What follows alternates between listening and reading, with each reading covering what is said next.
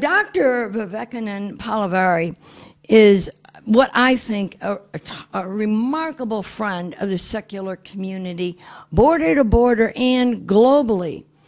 But we are so fortunate to have him based here in Michigan. He for sure has been, and I'm hoping will be, a regular speaker at our state conventions.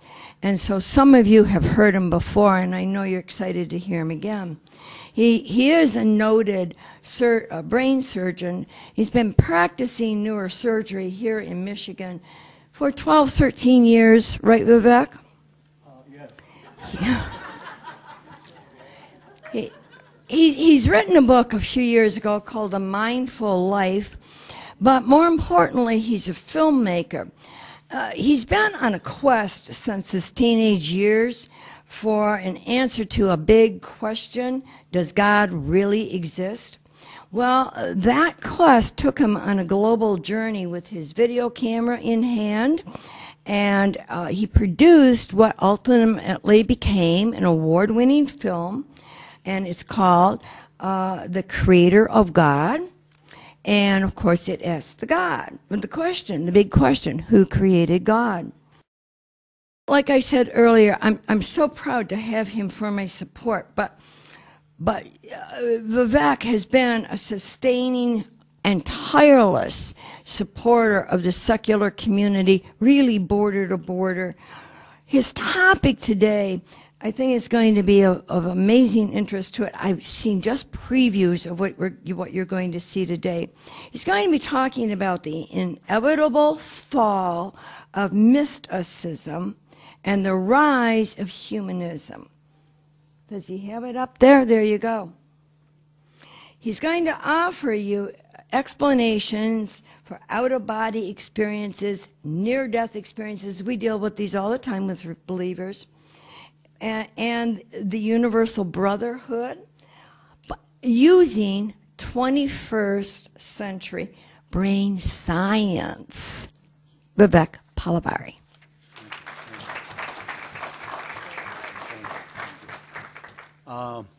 Let's have some fun. First of all, I really want to thank Arlene for giving me this opportunity. This is fantastic. It's my honor and my pleasure to be here. Let me say a couple of things about myself before we go to the topic. I am an atheist humanist by principle, an Epicurean by philosophy, in the sense that there's no afterlife, there's no hell, heaven. This is the only life we have, and we got to do the best we can to have a good life till we die. And that was his motto. And I absolutely agree with that. And he said, the goal and meaning of life has to be pursuit of happiness, but in moderation. He said, don't go out of control. But I believe in that. And I'm very, very interested, and this is what Arlene and I have been thinking about, is that I'm very interested in dispelling supernatural beliefs or explanations that are given in the community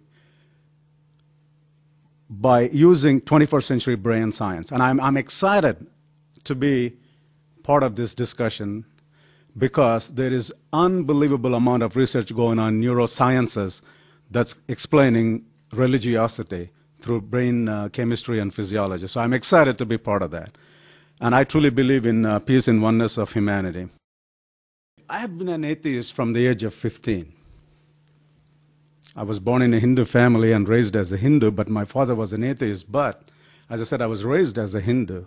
But when I was 15 years old and I was exposed to Darwinian evolutionary concept, Big Bang, and the structure of atom, I realized that all the other stuff that was said in the Hindu scriptures was, for lack of better word, baloney, and I became an atheist at that time. But I have been thinking about why there are so many believers in God.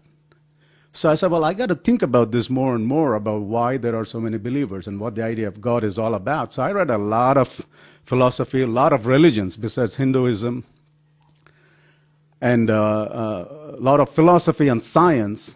But when I became a brain surgeon, I thought I was able to put all of them together and come up with the explanation for does God exist or not, and why we believe in the idea of God.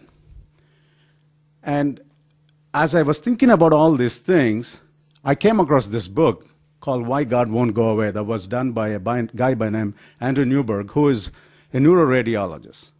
And what he did was he took people who were transcendental meditation experts and put them in functional magnetic resonance imaging. All right? So, and when he did that, he realized that the frontal part of the brain was very active, but whereas the right side of the brain was really slowing down. And then when that happens, the people who are in that stage feel like they're one with the universe and they're floating and there are no boundaries around them. And he said, see, we're all hardwired to believe in God, and that's evidence for God. I didn't think so. Because I know a little bit about brain surgery. I know he's concerned about getting operated by me. But trust me, I'm a good neurosurgeon. Because I knew how the brain works, I said, wait a minute, this man is misinterpreting and mislabeling the neurophysiology. So that was, and to give an example, he used the word transcendence, which is defined as existing apart from the material universe, beyond ordinary limits, and supernatural. And that's what he called that particular state. But we have a word for that, it's called asteriognosis, which means just lack of three-dimensional knowledge of space. That's all it is. And that's what happens when that happens. So when you have a stroke, people don't know what's left, what's right. Injury to that part, they don't know what's left, but they can't even put their clothes on because they lost the spatial orientation. Incidentally, there are similarities in the neural activity of self-transcendence and of sexual pleasure. Both orgasms and religious experience produce sensations of bliss and unity. That may explain why people say, oh God, when they have orgasms. But that's still not evidence for existence of God. All right? Instead, it's evidence that those experiences are all grounded in our neurophysiology of brain. So I started writing a book called Creator of God. The previous speaker was talking about who created the creator. I said, I think I have the answer in my documentary, you know. Yeah. So I made a documentary. Well, I started writing a book, and halfway through, I thought this is going to be a very good documentary. So I picked up a P2 Panasonic camera, went to Alaska, made mistakes on how not to use the camera, and when I thought I was ready, I went to 8 countries and shot the film. It's called Creator of God, a brain surgeon story. And the final answer to the big question, does God really exist? But how did I come up with this topic? Well, every time I showed the movie and went around, inevitably the audience will get up and say, but what about all these experiences that I had, man? Trust me, I had this experience that I cannot explain through natural explanations, like out-of-body experience and near-death experience. I said, wow, you know what? Let me look into that. So I started doing more and more research about that. And this is how this topic came into existence. But before we go into that, we have to have a little bit of understanding what is defined to be out-of-body experience. And it has 2 components mainly. What's called disembodiment, which is an experience in which the self is perceived as being outside the body. And the other one is called autoscopy, which is they feel like they're looking at their own body from a different place, or usually from above. So an out-of-body experience has to have a brief subjective episode of disembodiment. They may or may not have the so-called autoscopy. That means they may feel like they're out of their own body, but they don't have to say, well, I was looking at myself. And how about near-death experience? But what is it? Well, a lot of them say It's bright light, disembodiment. Again, they say like they felt like they were outside their own body and looking at some other bits. Again, it varies. Not everybody says all of them. Some say one or two, or some say three. But this is important. Almost everybody who has this, no matter what part of the world they came from, gave this similar description of their experience. Except, if they said that we saw God, that God was from the culture they were born in or the religion they were exposed to. That's the only difference. Why is this important? Precisely because of the implications this have. This makes many people say, you see, that's an evidence of spirit, soul, afterlife, mystical experiences, which in turn is extrapolated into evidence for divinity or God. I said, really? Well, we got to think about it, so we have to understand it before we claim any of those to be true. Mysticism is what I'm going to just say a little bit first. It is the pursuit of communion with it. That means that they actually go and unite with the God, or identify with, or conscious awareness. They feel like they're experiencing and are aware consciously of the divinity at that moment, or the ultimate reality called divinity, spiritual truth, or God. So in other words, as opposed to going to a temple and praying to a God that is external and as an idol, mysticism is all about a very subjective personal experience that they have. And you can see that every religion has mystical wings of their religion.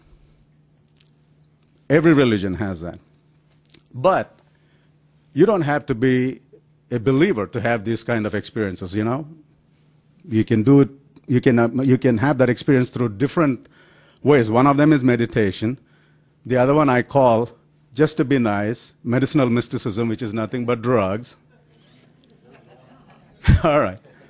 And primitive tribes and shamans, you know, they know which root or which leaf or which tea could make them feel that. They knew all those things. And not only they did that, when they had that kind of experience, the way they interpret some of them, especially the shamans, was that if there is a person in the community that was sick, and that was because their spirit left their body, the shaman would ingest these things, and then he will take a trip to beg or plead with the spirit to come back and get back into the body of this man. If that happened, he gets better, otherwise good luck. This is what they actually believed, and that's how they thought, again, there was some evidence for soul or spirit. And illusion festivals, they are the other ones, which I think all of you may know, were practiced by Greeks. And what they did was, they went to the temple of Apollo in Delphi. And the night before the ceremony, they would cleanse themselves in an ocean, and they drink this liquid called kykeon, which at that time was made of barley. And some of them would have this intense experience of perspiration, anxiety, and then bright lights, and then they feel like their spirits left their body and went and united with Zeus and came back. Not everybody got that experience. Not everybody got it every time they tried it. And they thought this was, again, evidence for soul and the existence of gods. But what they didn't know, that was the first ever documented acid trips. Because the kykeon that was infected with barley that had ergot fungus, which in turn has LSD, was the reason they had all these things. So if the ergot that they drank, the kykeon was made of, happened to be infected, they'd experienced this. If it didn't, they didn't have that. But all this, you know, are because of these so-called chemical interactions of this principle with our brain. And peyote religion still done in southwestern United States by injecting the peyote cactus. And they all say this is evidence for soul, spirit, existence of God. And of course, dance and trance, which is, you know, that Aboriginals, primitive tribes, as well as Sufi mystics, they do this. And Dionysian festivals, which are my favorites, by the way. They would drink and have sex till they